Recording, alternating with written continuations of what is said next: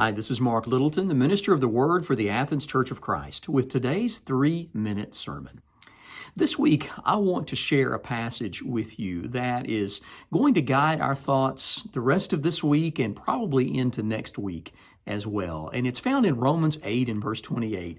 Probably many of you are familiar with this text. It is one of my favorite passages in all of God's Word. Here's what it says, Romans 8, verse 28.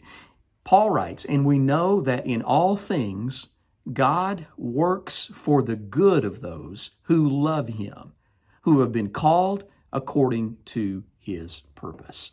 Even in things that are not good, Paul says God can work to bring about good.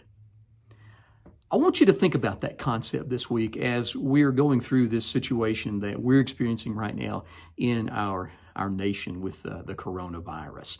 This is not a situation that is good. In every imaginable way, it is a terrible, terrible situation. And yet, I want to suggest to you that in the midst of this, God can work to produce some things that are good.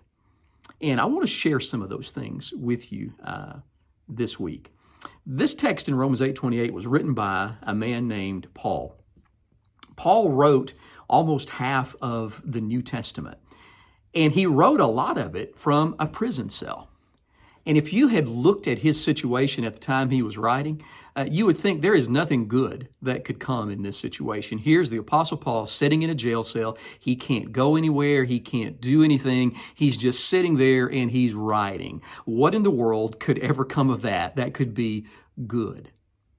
And yet we look back in hindsight and we realize we are blessed today when we pick up our Bible and we read the New Testament. We're blessed by the fruit of that season in Paul's life where it looked like nothing good could ever come. I want to challenge you with this thought. It looks like right now that nothing is good, that nothing good could possibly come out of any of this that we're living through in our culture right now.